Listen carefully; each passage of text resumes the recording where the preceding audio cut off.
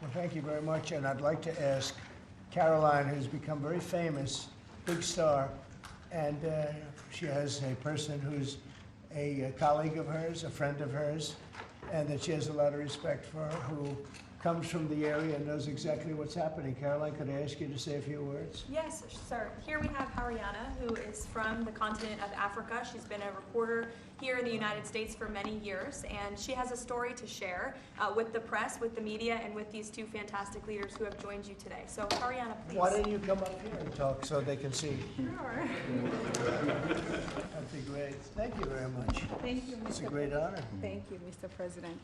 So, as Caroline has mentioned, President, first of all, I want to let you know that I'm the only African reporter accredited here at the White House and I cover for the entire continent. So I just arrived from Congo, Democratic Republic of the Congo, yesterday. I went to see firsthand how the people is feeling and the president's message, President Felix Tshisekedi, about this upcoming peace deal. And let me tell you firsthand what I've witnessed myself. I spoke with the people on the street. I spoke with youth. They know your name. They know that our president named President Trump is working hard to finally bring peace to the country. I saw hope. They have hope now for a better day in Congo. They see what you're doing as a future, better future for Congo. And I had opportunity to sit down with President Felix Tshisekedi for an interview because I want to understand his mind, what he's thinking, his feeling about everything that your administration is doing. And he told me firsthand that for many years, many American presidents overlooked this conflict. They didn't do nothing. Even myself, I cover President Biden's administration. I pressed many times about this conflict. People are dying in Congo. This country has so much potential, but they need help because this war is destroying the country. Right. They never gave me any answer. And he told me, President Tshisekedi, that he's you have no idea, he's very thankful for what you're doing, for what your administration is doing, not only him, the entire Congolese people. They see that finally they will have hope. And President Tshisekedi also mentioned at the end of my interview that when peace finally comes to the Democratic Republic of the Congo, he's thinking to nominate you as a Nobel Prize Peace because he said you deserve, you have been working to bring peace in the world, not only at the Congo, and he's very hopeful to meet you in the future. That's so nice, boy, and that's so beautifully stated. And Caroline said, number one, she did say, and I shouldn't say this because it's politically incorrect, she said, she's beautiful, and you are beautiful. Okay? I'm not allowed to say that, you know, that could be the end of my political career, but I say it anyway. But you are beautiful, and you're beautiful inside. So I wish I had more reporters like you. So you covered Africa for a long time? Yes, for over 10 years. Wow. I cover even your first administration. Yes, I know that. That's great. Well, thank you. That's so nice that you said that. Appreciate it. And I have one more question, Yes. Mr. President. Since we know in July or in the future, both President of Rwanda and the Congo will be coming to the United States. In Africa, President João Lourenço, the president of Angola, he is also the leader of African Union. Good. He worked very hard to bring peace, but unfortunately... Let's get him here. Yes, that's okay? right. Would you invite him for me? Of course. Okay? Of course. No, we'll have. I know that he works very hard, and he's the head of essentially the union. So the union all over Africa, not the kind of union that we have. This is the union all over Africa, and I'd love to have him, so you'll let him know. Of course, Okay? Mr. President. Thank you very much. Thank you, Good. Mr. Now you go back to where you belong, Sure. right? That's great. That's a great job. It's real knowledge and real heart, too. Congratulations. Okay. So we're here today to celebrate a glorious triumph, and that's what it is, for the cause of peace. And this is a long time waiting, the signing of a historic peace agreement between the Democratic Republic of the Congo and the Republic of Rwanda. The conflict has continued, and it's been going on for many, many years. It's been going from, I guess they say 30 years. The Great Lakes region of Africa for a long time, and maybe even time before that. How is the Great Lakes region? Must be beautiful, right? Beautiful, beautiful region, but they had a lot of war, right? A lot of fighting, a lot of death. It's displaced countless people and claimed the lives of thousands and thousands. But today, the violence and destruction comes to an end, and the entire region begins a new chapter of hope and opportunity, harmony, prosperity, and peace. That's been a long time waiting. I said, how long has the war been going? And a friend of mine who's very much involved said 30 years, and at least 6 million people were killed during that period of time. It's incredible. And somebody said that was actually, it's the biggest war on the planet since World War II. So it's a shame, but we're going to bring it to an end. I want to express my gratitude and congratulations to the representatives of the Democratic Republic of the Congo and the Republic of Rwanda, who signed this pivotal agreement a short time ago. They just signed right in front. And let me also thank Secretary of State Marco Rubio, who has worked very hard on this subject, and we've worked on it together, for his outstanding leadership, as well as Senior Advisor for African and Africa Affairs, Mossad Boulos, who's, as you know, spends a lot of his time in Africa, and he's very comfortable there. I said, were you at all uncomfortable with all of the turmoil and all of the killing? And he said, no, I wasn't uncomfortable, and that's what you need. You need somebody that's going to be able to get. So, Mossad, I want to thank you very much for the job you've done. Amazing guy, actually. I also want to thank African Union, Qatar, Togo, for working closely with the United States. And I know Qatar was really working hard, and African Union, we just spoke about that. And I look forward to having them representatives here when we do the official meeting, and that'll be sometime in July. And we look forward to it. And you better be here covering it, okay? We're not going to stand anybody else covering it but you. But this is a tremendous breakthrough. In a few short months, we've now achieved peace between India and Pakistan, Israel and Iran, and the DRC and Rwanda, and a couple of others also. Serbia, you know, they were getting ready to go to war with a group I won't even mention because it didn't happen. We were able to stop it, but I have a friend in Serbia, and they said we're going to go to war again. And I won't mention that it's Kosovo, but it's Kosovo. But they were going to have a big time war, and we stopped it. We stopped it because of trade. They want to trade with the United States. I said we don't trade with people that go to war. And we said that also with, if you take a look at Pakistan and India, it was great. They have two great leaders, and they were able to stop. They were in the midst of a big fight, I guess everybody saw, and it was going to get very bad. And they are nuclear nations, very powerful nuclear nations. In the months and years ahead, my administration will continue to work closely with all of the parties in this deal and ensure the agreements are fully taken care of, and you're going to do what's in the agreement. We'll say you better do what's in that agreement, right? Because if somebody fails to do that, bad things happen. But I have a feeling that after 30 years, I think after 30 years, you're all set. We are. I think both of you have said that's enough, right? That's enough. Yeah. That's enough. You've seen it all. So this is a wonderful day. It's a great day. We've had some tremendous success. It's been a great week between just coming back from a very successful trip. NATO's really pulled together. They have. They're going to spend over $1 trillion a year. Nobody expected a thing like that to happen. And we had the war, as you know. We call it the 12-day war. It was exactly a 12-day war, and we ended up with no nuclear weapons. That's what we wanted. And they were just absolutely blown to pieces, those 3 sites.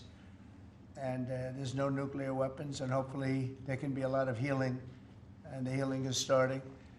And it's been a really pretty amazing week, and this is one that I really look forward to. This was set up a few weeks ago, and it was something that I really look forward to. If we can do this, and we do that because we have a certain competence that's good, we're able to get people to be peaceful.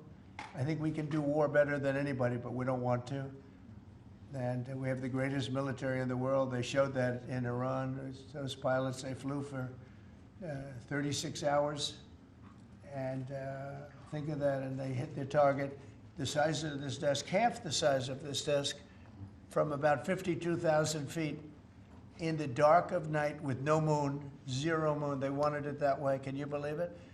And they hit, every missile hit exactly half the size of this beautiful Resolute desk. We don't want to talk about it when it comes to rockets hitting it, but half the size of this, and they hit dead center from tremendous heights, going at tremendous speeds.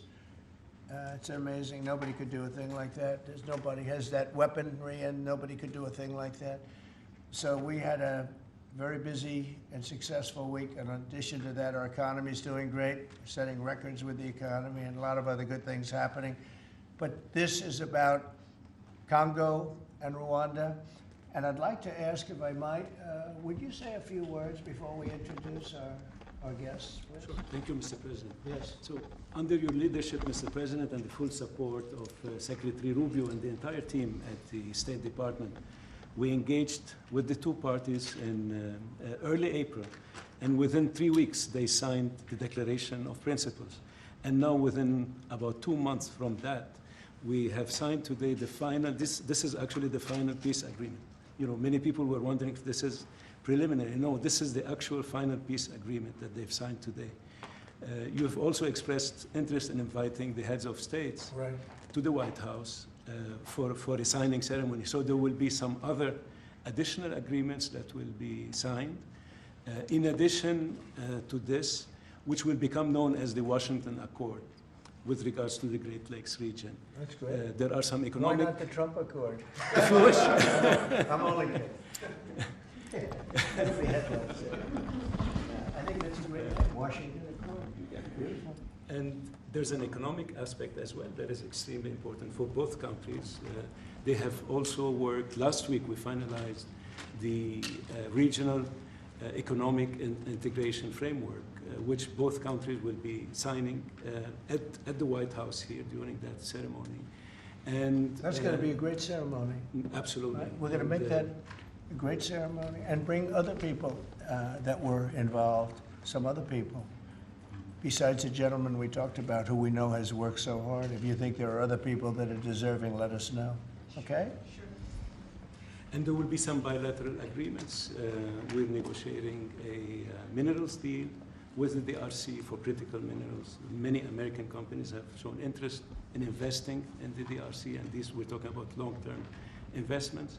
Same thing with Rwanda. Many American companies have shown interest, and not only in mining, but also in the midstream and downstream, which will be the processing of minerals. We're also working and supporting the Lobito corridor, which will help building the infrastructure.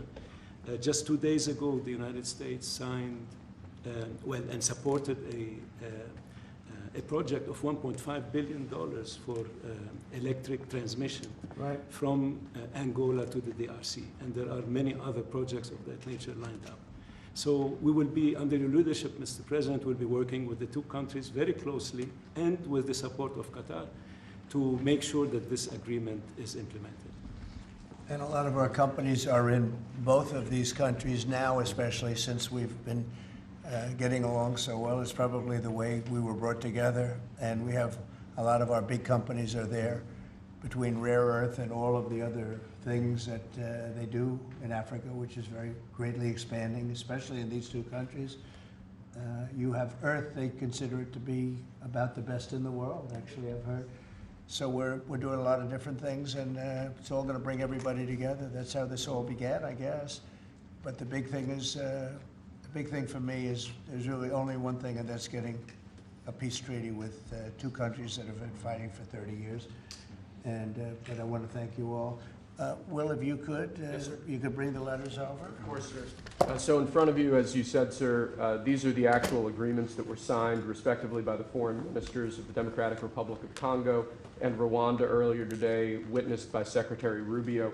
We've also prepared for you 2 letters. This is to President Paul Kagame of Rwanda, expressing your appreciation and congratulations for everything that's happened already, and of course inviting him to Washington for, as Dr. Bula said, what we hope will be the Washington Accords, finally setting the terms for peace and prosperity in this region, hopefully for a very long time.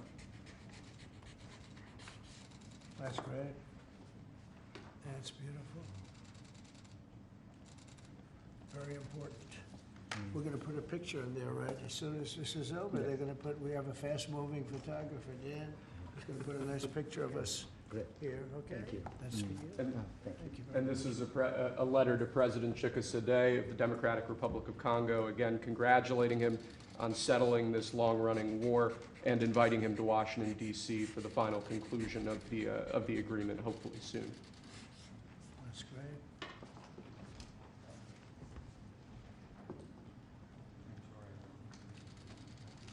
That's right. Take that pen. Thank you very much. Okay. So I'd like to ask JD to say a few words, our great Vice President, and then Marco, and go ahead. Great. Well, first, let me welcome the foreign ministers of Rwanda and Congo. It's great to have you in the Oval Office. And second, let me say congratulations to the President, to Secretary Rubio, and the entire team. I think for the people of these two countries, they should know that the United States is committed to the pathway of peace. But to my fellow Americans, this is really a celebratory moment. This is a big moment for our country because under the President's leadership, we've taken what was 30 years of killing and war, the worst war in terms of death count since World War II, and now we're on a pathway to peace. And so if I think about what I know about these two countries, for 30 years, pretty much the entire time that I can remember these two countries being in the news, much of the story has been about them fighting one another, about them killing one another. And now we can look forward to a future where my children will look at this moment as the beginning of a new story, a story of prosperity and of peace. So thanks to the President, congratulations to the entire team, and to my fellow Americans. We should all be really proud because it's amazing what active presidential leadership can accomplish when it's geared towards peace and prosperity, and that's what we have in the Oval Office right now. So great job, sir. Thank you very much, JD and Marco, and then we're going to ask the two principals to speak. Yes, sir. Mr. President, first of all, thank you. When I first came on this job a few months ago, you made it very clear that one of the priority of this administration under your leadership was going to be the pursuit of peace. And from day one, whether it's been in Ukraine and Russia, whether it's been Pakistan, India, whether it's been Iran and Israel, and in the continent of Africa, your priority's been on peace. And today we see this come to fruition. It's sad. Wars get a lot more attention than peace. But peace is harder than war, a lot harder. And I want to congratulate both of the leaders here and their respective presidents for choosing the harder path, which is often peace, than the easier path, which sometimes is war, as costly and as bloody as it may be. And I echo the Vice President's statements, and that is that Americans should be very proud that the #1 voice for peace in the world today is our president, your president.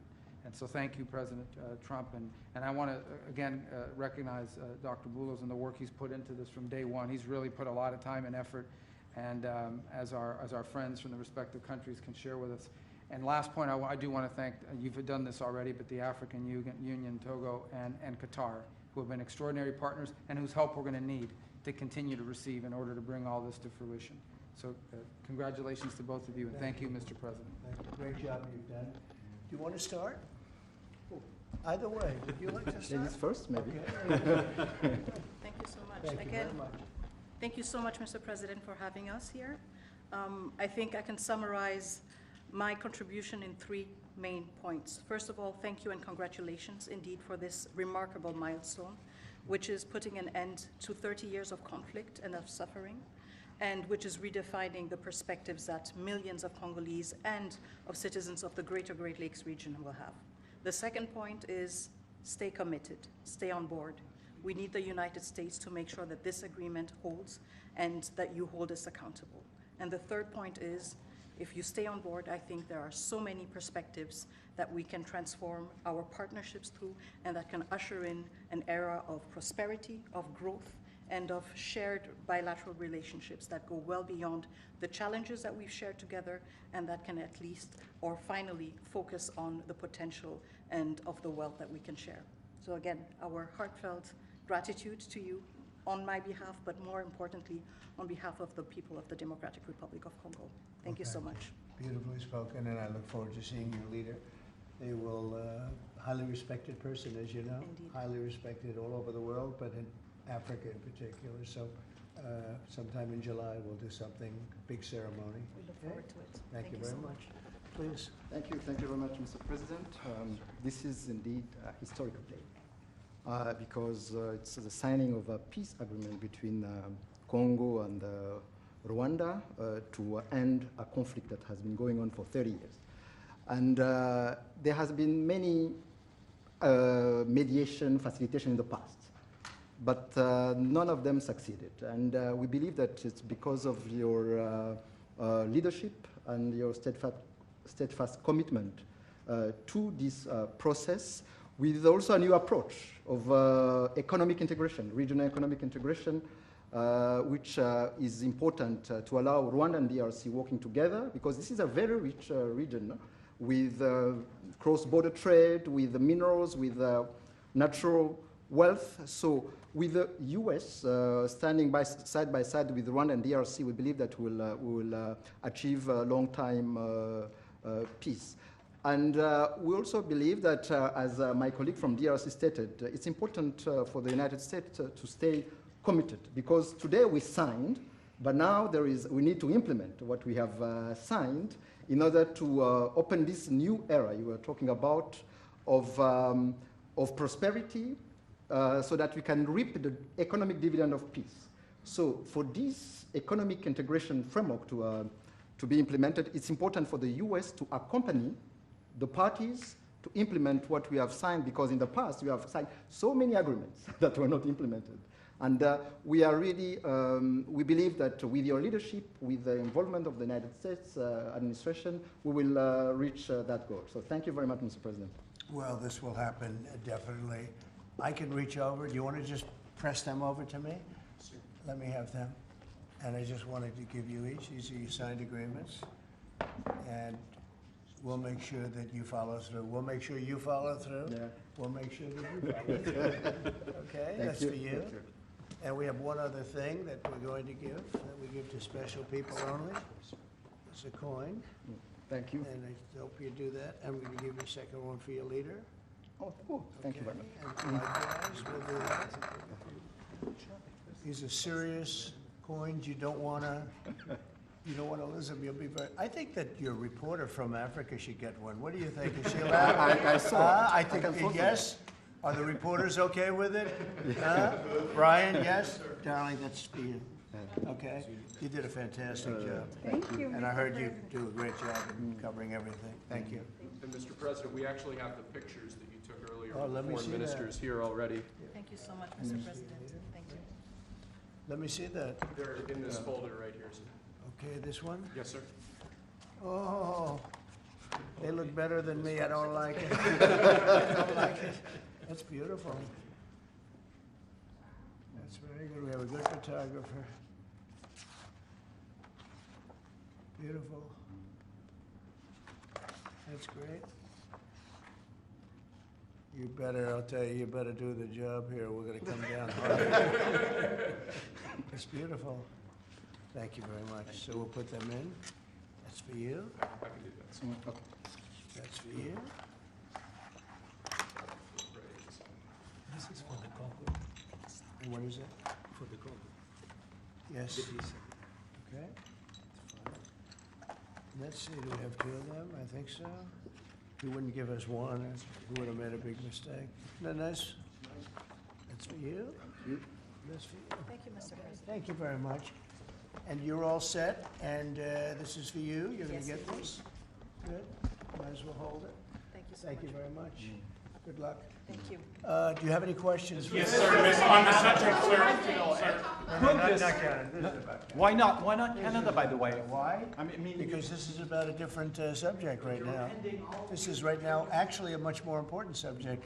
We just ended a war that was going on for 30 years where 6 million people died, so don't ask me a trade question on Canada. Mr. President, Kara Castanova from Lindell TV. Now that your administration, and congratulations, has secured peace in Africa to a bloody, horrific war that's gone on for decades and no other president could do it, do you think the mainstream media will finally... I'm telling you. No other, but you're right, no other president could do it. They tried and they didn't even try, I don't think. I actually don't think they tried. Do you think Biden tried? He didn't know he was alive. Do you think the mainstream media will finally give you credit where credit is due? No, the media will never give me credit, but the people give me credit. That's why I'm here. The people didn't give me. That's why we're here in a landslide. We got all 7 states. We won the popular vote. So the media won't give me credit, but the people give me credit. That's more important to me. You're going to go down as a peacemaker. You're also going to go down with the president who had 0 border crossings in May. You secured the border most than anybody has ever done. but I don't know if you know this. You're on track right now to have the lowest murder rate in history in this country. And I think a lot largely go to the fact we closed down the border. If you want to comment on that, you might go down as the lowest murder rate in U.S. history. Yeah, I saw that the other day, and it's an honor. I mean, and that's really even better because, you know, we've taken a lot of illegals into the country through the Biden administration that are murderers, 11,888 to be exact. And many of them are now gone. We got rid of them. They're back where they belong. But so it's a great honor. You know, if you took that out, the numbers would be even better. They've created a lot of problems. You drew social earlier about getting money to the air traffic controllers and the big, beautiful bill, which hopefully, praise God, if we get this thing signed.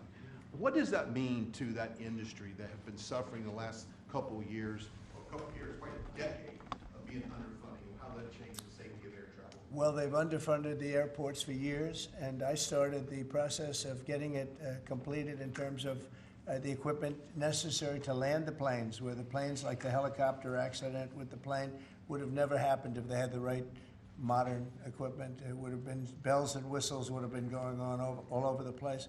And I had that all set, but when I wasn't here, they totally dropped it. You had a terrible head of transportation. We have a very good one now, Sean Duffy. But you had Buttigieg, and he didn't know a damn thing. He'd ride to work on his bicycle. He didn't know what the hell was going on. He was terrible. So he totally dropped that. It was a project that should have happened, and I was all set. But we had a very sad experience with the voting, and so we didn't get to do that. But now I'm doing it, and we're going to have a great system. And it's funded partially by the bill. It's the initial funding is by the bill, and then it gets to be funded. The rest of it comes a little bit later as we build it out.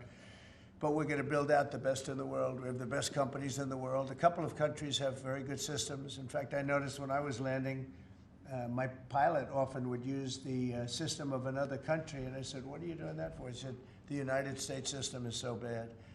So we have the best companies that do that in the world bidding. You have Raytheon, you have IBM, you have a lot of different companies bidding, and we'll get the best one, the best system, for the best price. And they're going to go to town and give us a system that will be better than any other system in the world, and you won't have planes bunking into each other at 35,000 feet. Mr. President, on the subject of peace deals, Yeah. how close are you and your administration to a deal in terms of Gaza, of a ceasefire right now? Often asked, and I think it's close. I just spoke with some of the people involved. It's a terrible situation that's going Gaza, he's asking about. And we think within the next week we're going to get a ceasefire. And we're supplying, as you know, a lot of money and a lot of food to that area because we have to. I mean, you have to. We're, in theory, not involved in it, but we're involved because people are dying. And I look at those crowds of people that have no food, no anything, and, you know, we're the ones that are getting it there. Some of it's being taken by some bad people, you know, if you give it and you give it out, and it's supposed to be taking care of the people, and they end up stealing the food and selling it. But we have a pretty good system now, but so we're helping with that. You see the lines of people that just get one meal, essentially. But it's too bad. Other countries aren't helping out. Nobody's helping out. We're doing that because I think we have to on a humanitarian basis. Like this, we didn't have to get involved in Africa, but we did because we thought it was. I mean, I've been reading, like J.D. said, he's, you know, from much of his life, he's been just seeing this about this brutal war, and it actually got a lot of publicity because of the level of brutality. Right? It was nobody's ever seen anything like it, and to be involved in that, I mean, I consider this the most important of my conferences today. We just had a great Supreme Court victory today, and everybody would say that was big, but you know, we're talking about saving thousands and probably millions of lives here. This is more important than anything. So it's great, but we're working on Gaza, trying to get it taken care of. And again, you know, a lot of food has been sent there.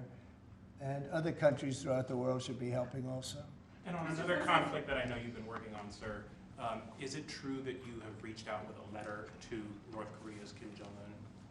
Well, if there is a conflict, I get along with him very, very well. and we'll get the conflict solved with North Korea. I've had a good relationship with Kim Jong-un, and I've gotten along with him really great, so we'll see what happens. But somebody's saying there's a potential conflict. I think we'll work it out if there is. It wouldn't involve us, but again, we're very far away from a lot of these places that we're solving problems with.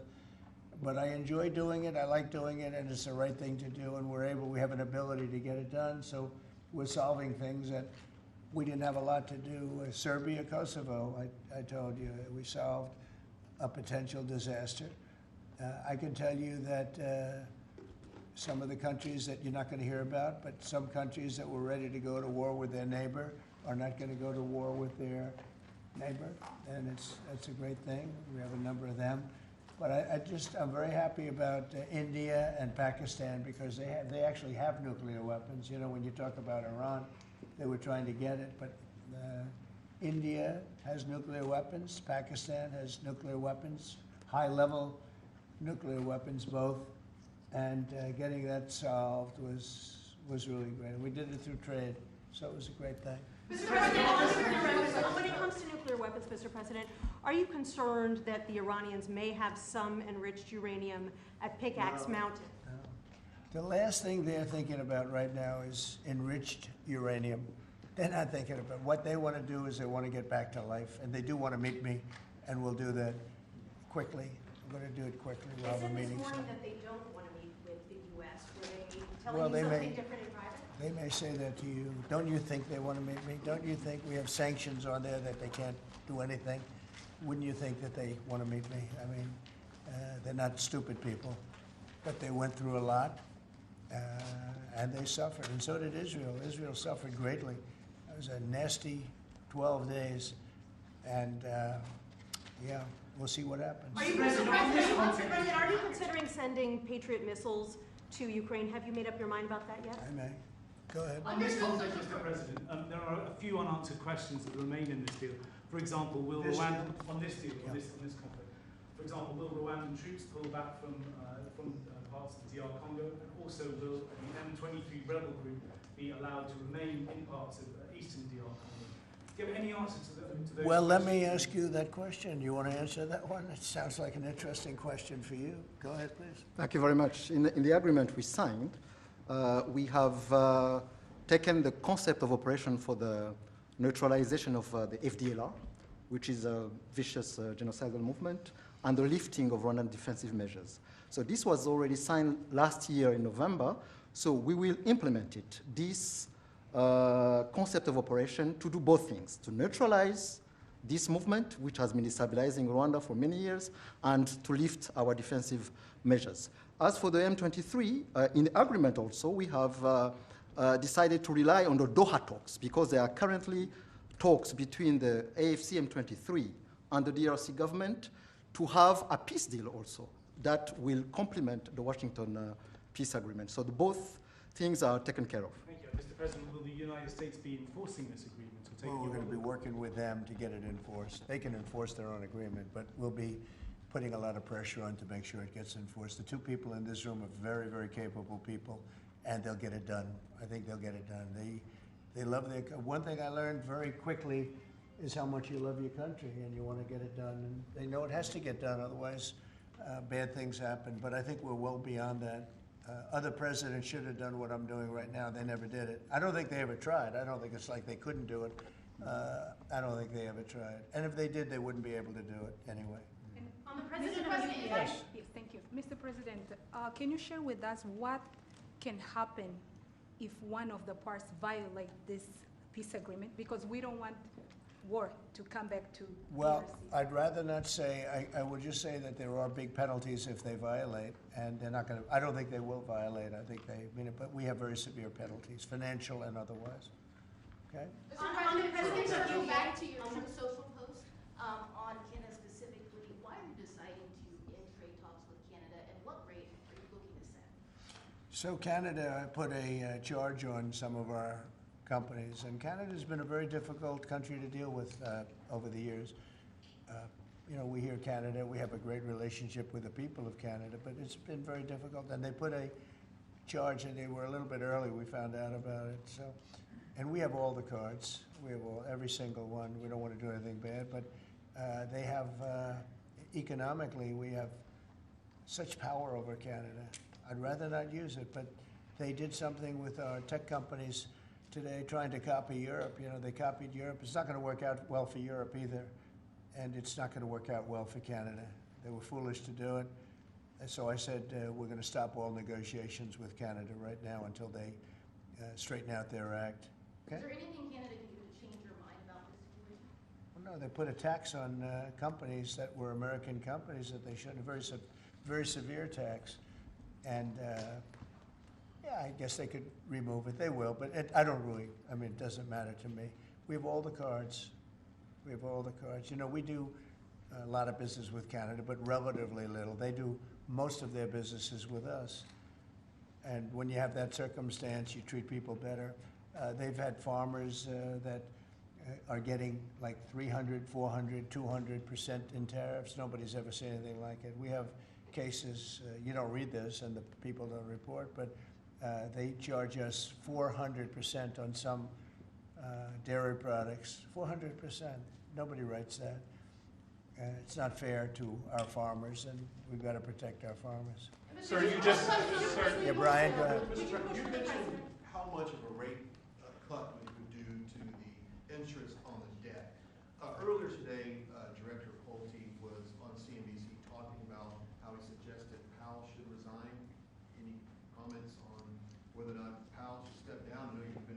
Well, I don't have a comment. I'd love him to resign if he wanted to. He's done a lousy job. Look, if you were there, you'd say, well, you know, the United States is doing well. They have no inflation. And if they do get inflation in a year or two, we'll start raising the rates. We'll get rid of the inflation, you know, and do other things. Biden had the worst inflation in the history of our country. 19%, but I think it was much higher than that. Frankly, they say 19%. I say, I think it's a lot higher than that. And we have almost no inflation now. We've done a great job in a short period of time.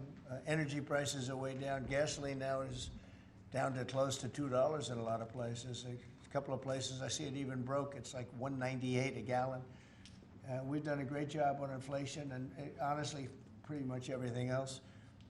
I think it's very sad the way people act. You know, you have a guy in there that with the stroke of a pen could lower interest rates and save us hundreds of billions of dollars a year.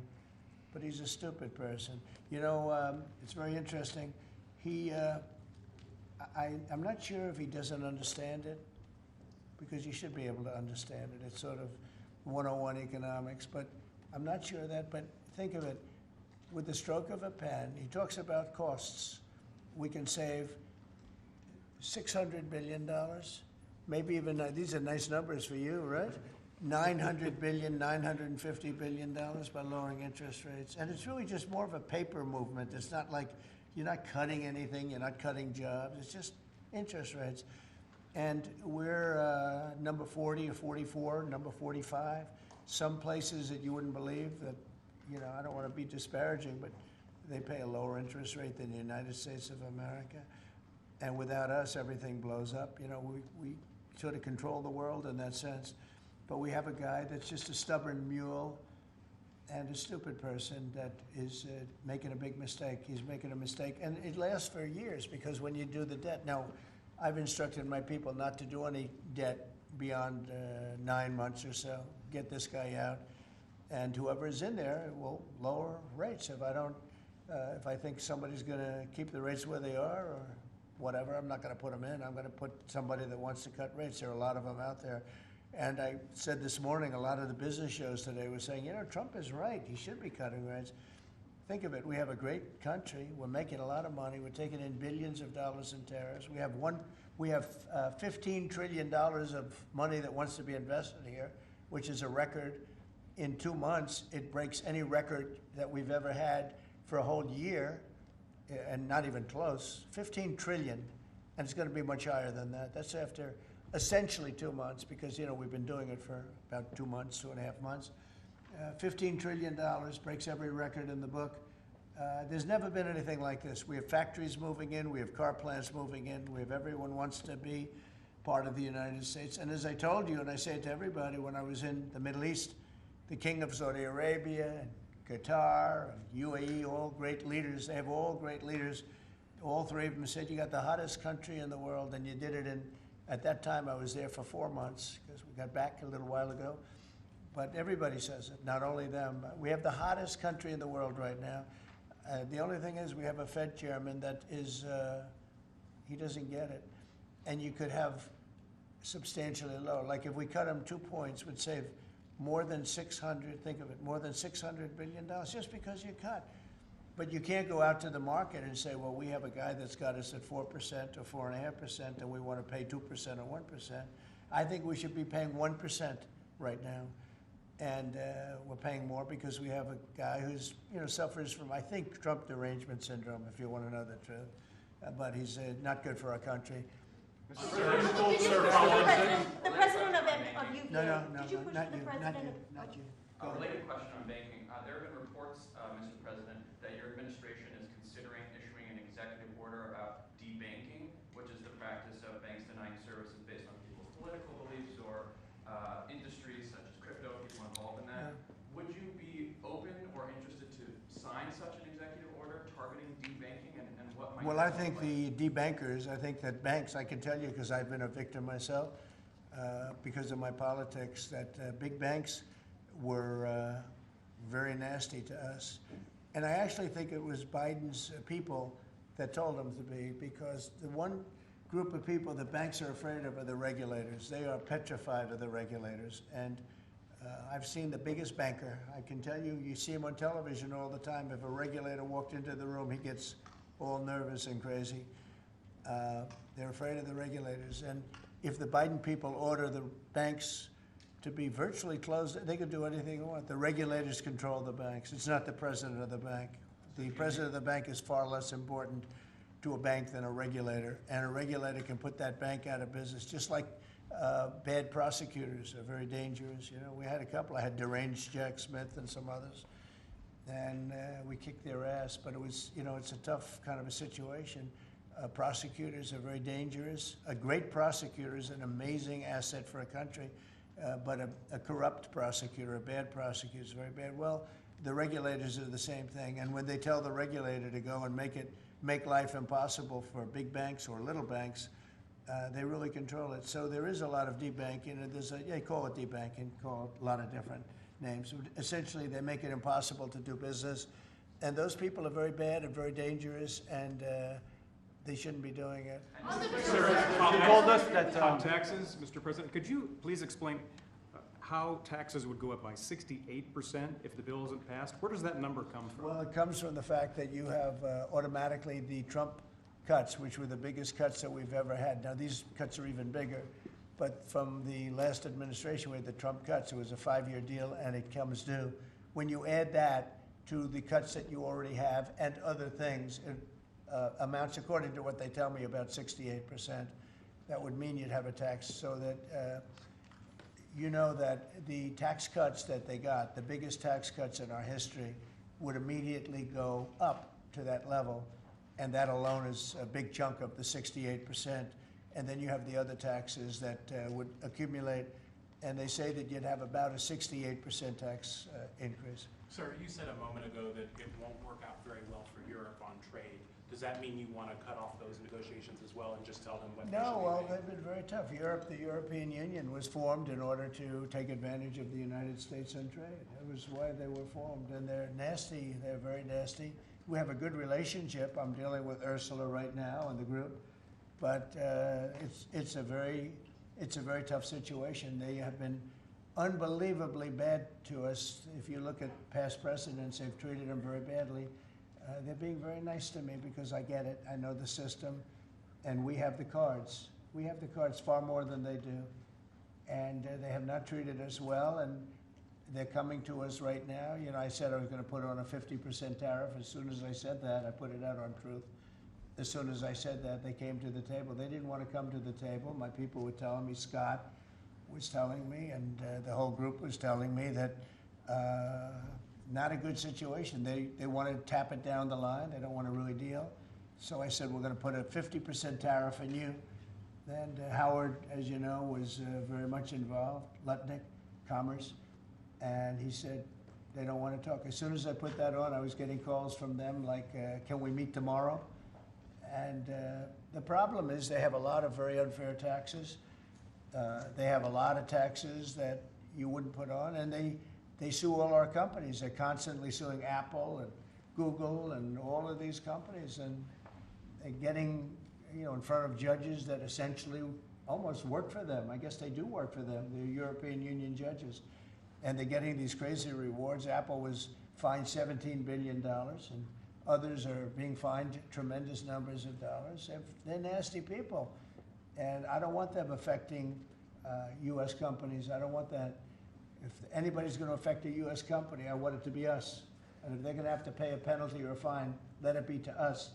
So they've done this for a long time, for years, but they're very nasty. The European Union's very nasty, there's no question, but they'll learn not to be so nasty very soon. They know that. They know it's coming. So you told us that Vladimir Putin reached out to you to help you with the Iran crisis. He made some nice statements today. Did you see the statements? Very nice.